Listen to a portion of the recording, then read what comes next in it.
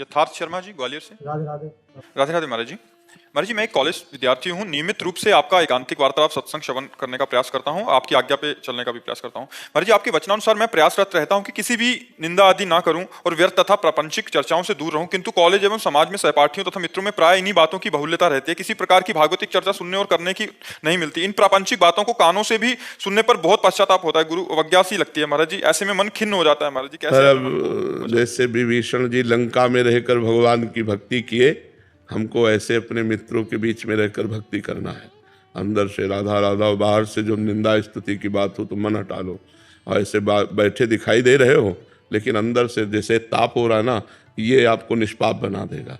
रहना तो पड़ेगा ही। अब पढ़ाई कर रहे हो तो विद्यार्थियों के बीच में, ड्यूटी कर रहे हो तो संसारी पुरुषों के बीच में, अब वहाँ ज़्यादा भक्ति का प्रभाव थोड़ी दिखाओगे। भक्ति अंदर रखो। अब ऑफिस में जाना है, लोग शराब पी रहे हैं, वहीं तुम्हें बैठा है, लोग पी। अब तुम्हें ये थोड़ी दिखाना है कि हम अलग चीज़ हैं, बैठे हैं, नहीं हमारी रुचि नहीं है, हम पीते नहीं। ऐसा हिम्मत रखनी चाहिए कि अगर भाई वो कह रहे हैं जरा डालिए तो हम डाल देंगे, लेकिन हम पिएंगे नहीं।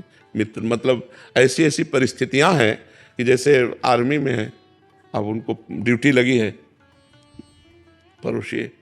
तो अब ऐसी परिस्थिति में क्या करूं? तो हमका परोसिए, आप परोसिए, कोशिश करो, आप मत खाइए।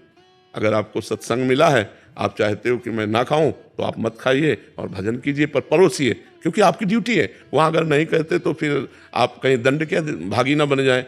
अगर जो जैसा आदेश हो रहा है सरकारी, वैसा हमें लगता है। दबाव पक्ष तो कहीं नहीं होता कि आप ये खाइए, आपके लिए दोनों हैं, जो मना है सो खाइए, ऐसा ही होता है। लेकिन आप अगर परोसने में तो आपको परोसना पड़ेगा, आप बनाने में तो आपको बनाना पड़ेगा। खाइए मत, वो तो बारिश। तो कई ऐसी परिस्थितियां होती हैं जिनमें 25 लोग काम कर रहे हैं और 24 लोग उसका सेवन कर रहे हैं और एक को बचना है, तो एक को ऐसे अलग नहीं बचेगा। 25 बैठो, पर 24 खाएं और तुम मत खाओ, और 24 से ऐसा प्रेम व्यवहार दिखाओ कि हम आप जैसे ही हैं, हमारी रुचि नहीं है, हमने नहीं खाना। तो वो दबाव ना तुमको परास्त कर पावे। तभी जो रहीम उत्तम प्रकृति का करि सकत कुसंग, चंदन विष व्यापत नहीं लपटे रहत भुजंग। तो चंदन में काले सर्प लगे रहते हैं तो उनका विष नहीं चढ़ता, चंदन अपना शीतलता उनको प्रदान करता है। तो प्रभाव ऐसा बढ़ाओ कि 24 का कुछ प्रभाव तुम्हारे ऊपर ना पड़े।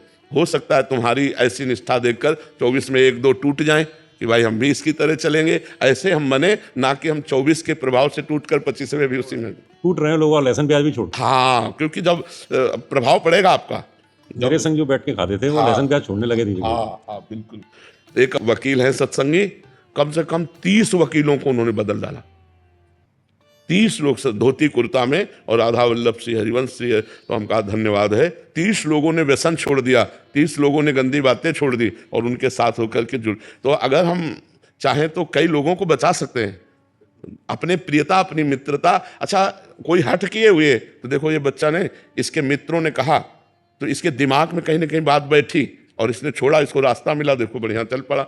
नहीं तो ऐसा पीने वाला कि मतलब मित्र लोग ऐसा कहते थे। तो हमें लगता है कि अगर हमारे सदवाक्य जाएंगे तो टूटेगा एक दिन। हाँ, मेरा मित्र एक आर्मी में, तो मतलब वाकई में मेहरबानी भी छोड़। हाँ।